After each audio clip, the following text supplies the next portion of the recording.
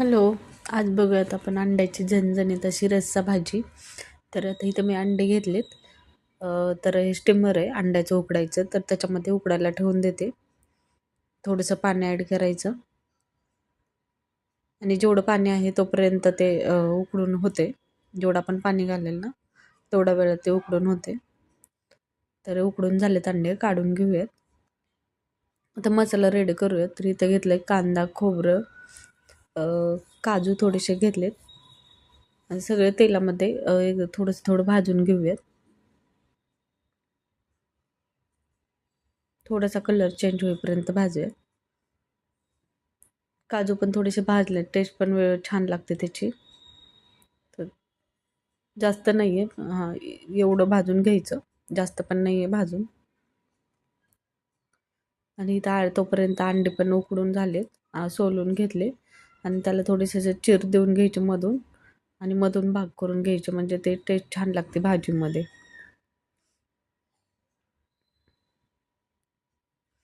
आता मसाला पण झालेला आहे, त्यामध्ये थोडीशी कोथिंबीर ॲड केली आणि बारीक करून घ्यायचा. आणि ते कढई घेतली, त्याच्यामध्ये थोडंसं तेल टाकले आणि सगळा मसाला टाकून घेऊयात. छान परतूयात तेलामध्ये. जोपर्यंत तेल सेपरेट होत नाही तोपर्यंत परतून घेऊयात.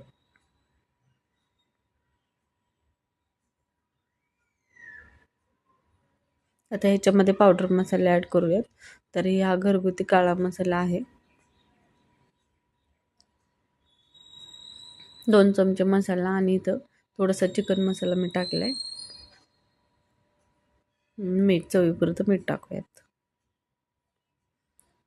मिक्स करून घेऊयात छान.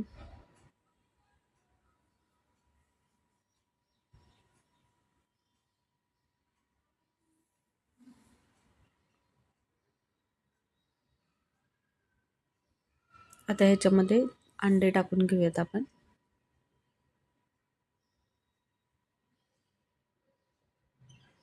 थोडासा मसाला अंड्यांना पण लागतो, त्याच्यामुळे मसाल्यामध्ये टाकायचे अंडे आणि हलकंसं हलवायचं थोडंसं, नंतर ते फुटून जातील अंडे.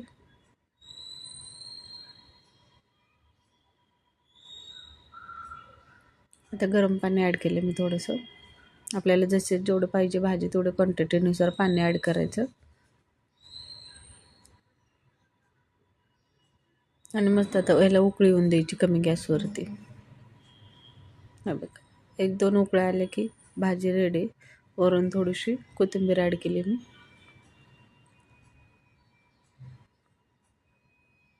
बघा रेडी भाजी मस्त.